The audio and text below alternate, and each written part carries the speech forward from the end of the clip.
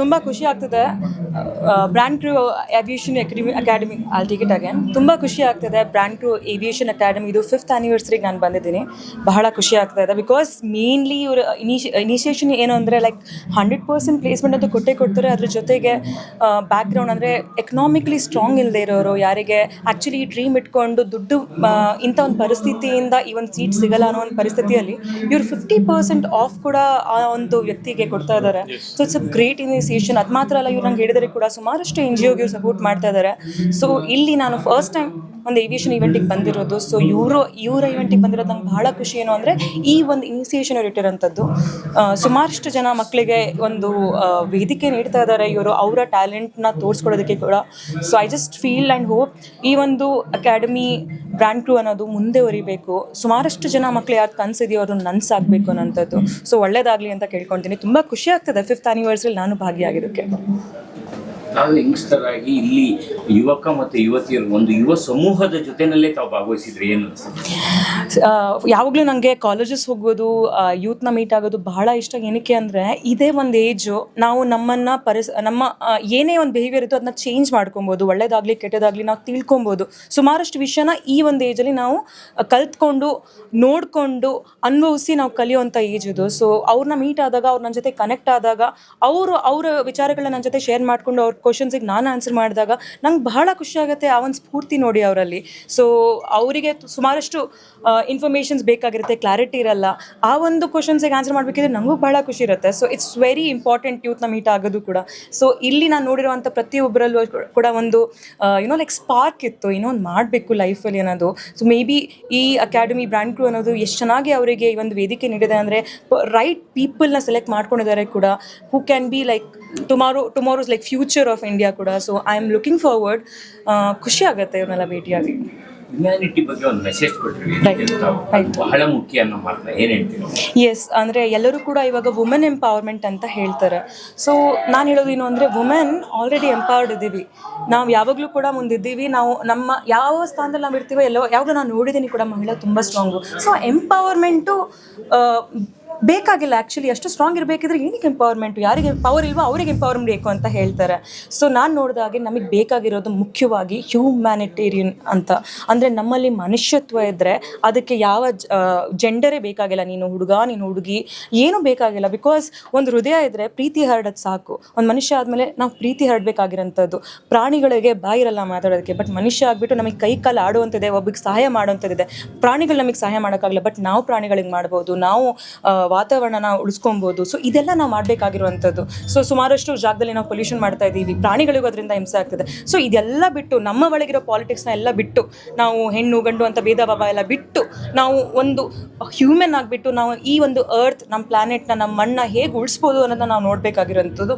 ಇದ್ರ ಕಡೆ ಗುರಿ ಇಟ್ಟರೆ ಮೇ ಬಿ ಎಲ್ಲರೂ ಒಂದಾಗ್ತಾರೆ ಅನ್ನೋದೊಂದು ಭರವಸೆ ಇದೆ ನನಗೆ. ಇವತ್ತಿನ ಯುವಕರಿಗೆ ಎಷ್ಟೇ ಪ್ರತಿಭೆ ಇದ್ರೂ ಕೂಡ ಅವ್ರ ತಂದೆ ತಾಯಿ ಅವ್ರಿಗೆ ಹೇಗೆ ಬೇಕೋ ಅವ್ರ ಮಕ್ಕಳು ಆಗ ರೂಪಿಸ್ಕೋಬೇಕು ಅಂತಕ್ಕಂಥ ಮನಸ್ಥಿತಿ ಜಾಸ್ತಿ ಇರ್ತಾರೆ. ಆದ್ರೆ ಎಲ್ಲೋ ಯುವ ಪೀಳಿಗೆ ಅವ್ರದೇ ಆದ ಒಂದು ಟ್ಯಾಲೆಂಟ್ ನ ಪ್ರದರ್ಶನ ಮಾಡಬೇಕು, ಅವ್ರದೇ ಒಂದು ದಾರಿ ಕಂಡ್ಕೊಬೇಕು ಅಂತ ಮುಂದೆ ಹೋಗ್ತಾರೆ. ಅಂತವ್ರಿಗೆ ಏನ್ ಹೇಳ್ತಾರೆ? ನಾನು ನೋಡಿರೋ ಪ್ರಕಾರ ಎಷ್ಟೇ ಯಾರೇ ಫೋರ್ಸ್ ಮಾಡಿದ್ರು ಕೂಡ ಆ ಒಂದು ಡಿಗ್ರಿ ಸರ್ಟಿಫಿಕೇಟ್ ಕೂಡ ಸಿಗ್ಬೋದು. ನಾನು ನೋಡಿರೋ ಹಾಗೆ ಸುಮಾರು ಜನ IIT ಓದೋರು ಕೂಡ ಒಳ್ಳೆ ಒಳ್ಳೆ ರೈಟರ್ಸ್ ಆಗಿದ್ದಾರೆ, ಡೈರೆಕ್ಟರ್ಸ್ ಆಗಿದ್ದಾರೆ, ಪ್ರೊಡ್ಯೂಸರ್ಸ್ ಆಗಿದ್ದಾರೆ. ಅದಕ್ಕೆ ಮೂಲ ಕಾರಣ ಏನು ಅಂದರೆ ನಾವು ಯಾವುದೇ ಪರಿಸ್ಥಿತಿ ನಮಗೆ ಹೇಗೆ ಆಗಿರ್ಬೋದು ಅಂದರೆ ಒಬ್ಬರು ಹುಟ್ಟಬೇಕಿದ್ರೆ ಬಡವರಾಗಿದ್ದರೆ ಅದು ಅವ್ರ ತಪ್ಪಲ್ಲ, ಆದರೆ ಸಾಯ್ಬೇಕಿದ್ರೆ ಅವ್ರು ಬಡವರಾದರೆ ಅದು ಅವ್ರ ತಪ್ಪನ್ನೋದನ್ನ ನಾನು ನಂಬ್ತೀನಿ. ಸೊ ಒಬ್ಬರು ಏನೋ ಒಂದು ಡ್ರೀಮ್ ಇಟ್ಕೊಂಡಿದ್ದಾರೆ ಅಂದರೆ ಖಂಡಿತವಾಗ್ಲೂ ಅಪ್ಪ ಅಮ್ಮನ ಕನಸನ್ನ ನನಸು ಮಾಡಬೇಕು. ಬಟ್ ಒಂದು ಕ್ಷಣ ಅದು ಮಾಡಿದ ಮೇಲಿಂದ ನಮಗೆ ಅನಿಸ್ತು ನಾವು ಲೈಫಲ್ಲಿ ಏನೋ ಒಂದು ಕೊರತೆ ಇದೆ, ನಾನು ಇದು ಮಾಡಬೇಕು ಅಂತ ಅಂದ್ಕೊಂಡಿದ್ದೆ ಅಂದರೆ ಅದು ಮಾಡಬೇಕು ಅದನ್ನು ಕೂಡ. ಸೊ ನಾನು ಕೂಡ ಡೇಟಾ ಅನಲಿಸ್ಟ್ ಆಗಬೇಕಂತ ಇದ್ದೆ, ನಾನು ಏರ್ಫೋರ್ಸ್ ಆಫೀಸರ್ ಆಗಬೇಕಂತ ಇದ್ದೆ.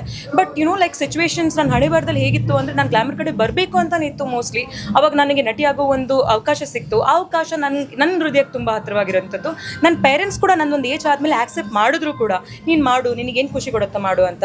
ಸೊ ನಾವು ನಮ್ಮ ಅಪ್ಪ ಅಮ್ಮನ ಜೊತೆ ಜಗಳ ಮಾಡಬೇಕು ಅಂತ ಅಲ್ಲ, ನಮಗೇನು ಬೇಕು ಅಂತ, ಬಟ್ ಅವರಿಗೂ ಅರ್ಥ ಮಾಡಿಸ್ಬೇಕಾಗಿರೋಂಥದ್ದು ಇದು ಎಷ್ಟು ಮುಖ್ಯ ನನಗೆ ಅಂತ. ಇವತ್ತಿನ ಯುವ ಪ್ರತಿಭೆ ಸಮಾಜದಲ್ಲಿ ಗುರುತಿಸ್ಕೋಬೇಕು ಅನ್ನೋ ದೊಡ್ಡ ಮಟ್ಟದ ವಿದ್ಯೆ ಇರಬೇಕು ಅನ್ನೋದು ಒಂದು ವರ್ಗ. ಇನ್ನೊಂದು ವರ್ಗ ಆಕ್ಚುಲಿ ಅವರಲ್ಲಿ ಒಂದು ಪ್ರತಿಭೆ ಇದ್ರೆ ಸಾಕು ಅವ್ರು ಗುರುತಿಸ್ಕೊಬಹುದು ಅನ್ನೋದು ಒಂದು ವರ್ಗ. ಅದೆಲ್ಲವನ್ನು ಬಿಟ್ಟು ಕಾಮನ್ ಸೆನ್ಸ್ ಅನ್ನೋದು ಪ್ರತಿಯೊಬ್ಬ ಯುವಕರಲ್ಲೂ ಇದ್ರೆ ಅವ್ರು ಹೇಗಾದ್ರೂ ಬದುಕಬಹುದು ಅನ್ನೋ ಒಂದು ಮಾತು ಇದೆ. ಖಂಡಿತವಾಗ್ಲೂ ನೀವು ಸರಿಯಾಗಿ ಹೇಳಿದಿರ.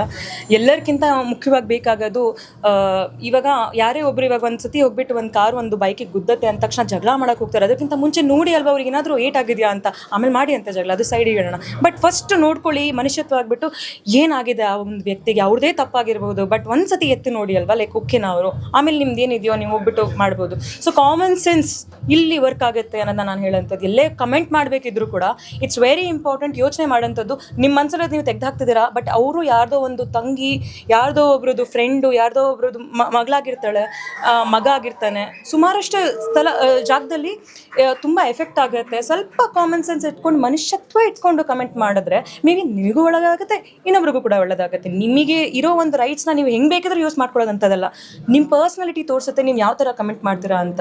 ಸೊ ಕಾಮನ್ ಸೆನ್ಸ್ ಇಟ್ಕೊಂಡು ನೀವು ಯೋಚನೆ ಮಾಡಿ, ಯಾರ್ಯಾರು ತಪ್ಪು ಕಮೆಂಟ್ ಆಗ್ತಾರೋ ಅದೆಲ್ಲ ಫೇಕ್ ಅಕೌಂಟ್ಸ್ ಇರ್ಬೋದು, ಫೇಕ್ ಒಪಿನಿಯನ್ಸೇ ಇರ್ಬೋದು, ಬಟ್ ನಿಮ್ಮ ತಲೆಯಲ್ಲಿ ಏನು ಓಡ್ತಾ ಇರೋದು ದಟ್ಸ್ ವೆರಿ ಇಂಪಾರ್ಟೆಂಟ್. ಎಲ್ಲ ಕಡೆನೂ ಇದು ಲಾಗು ಆಗುತ್ತೆ.